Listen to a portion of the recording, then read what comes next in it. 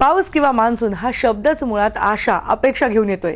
त्यामुळेच गेल्या पावसाळ्यातली पिकलेली तूर अजून जरी बाजारात जाऊ शकली नाही तरी येणारा पाऊस काय थांबणार नाही।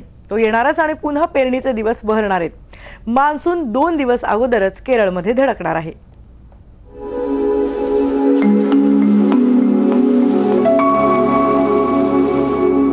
अंदमान आणि निकोबार बेटांवर अपेक्षेपेक्षा 2 दिवस अगोदरच मान्सून दाखल झाला आणि बंगालच्या उपसागरावर त्याची घोडदौड सुरूच आहे।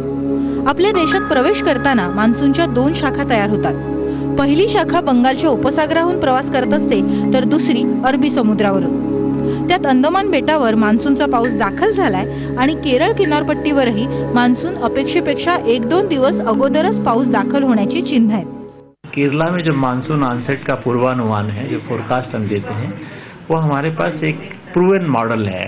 उस मॉडल को हमने कई साल टेस्ट किया है, वो हमने खुद बनाया है वो मॉडल, और उस मॉडल के अनुसार जो है पूर्वानुमान हमने दिया है वो 30 तारीख को केरला में आएगा।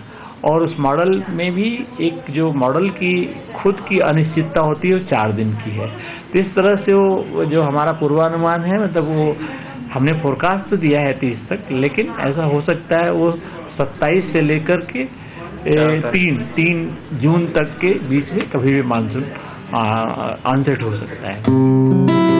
केरळमध्ये 31 मे किंवा 1 जूनला मान्सून दाखल होत असतो। यावेळेस तो 30 मेलाच दाखल होईल असा अंदाज आहे।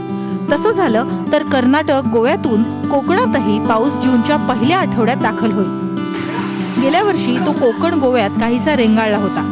यावेळेस रेंगाळला नाही तर 4 किंवा 5 जूनलाच त्याचं महाराष्ट्रात आगमन होऊ शकतं। जहाँ तक महाराष्ट्र की बात है, महाराष्ट्र कोई हमारे पास ऐसा कोई मॉडल नहीं है। हम मानसून की स्ट्रेंथ दिन प्रतिदिन देखेंगे।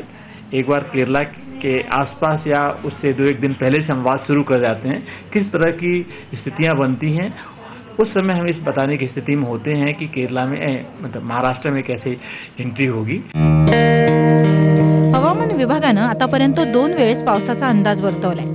पहिल्यांदा सरासरी इतकाच पाऊस पडेल असं सांगितलं गेलं, पण त्यात दुरुस्ती करत पाऊस सरासरीपेक्षाही जास्त होईल असं हवामान विभागाचं म्हणणं आहे। गेल्या वर्षी महाराष्ट्रात पावसाचं आगमन विदर्भातून झालं होतं। यावेळेसही कोकणातून येणार की विदर्भातून याची उत्सुकता असेल। जाऊ द्या, कुठूनही आला तरी हरकत नाही, पण तो लवकर यावा म्हणजे झालं। वैभव सोनावणे, IBN लोकमत, पुणे।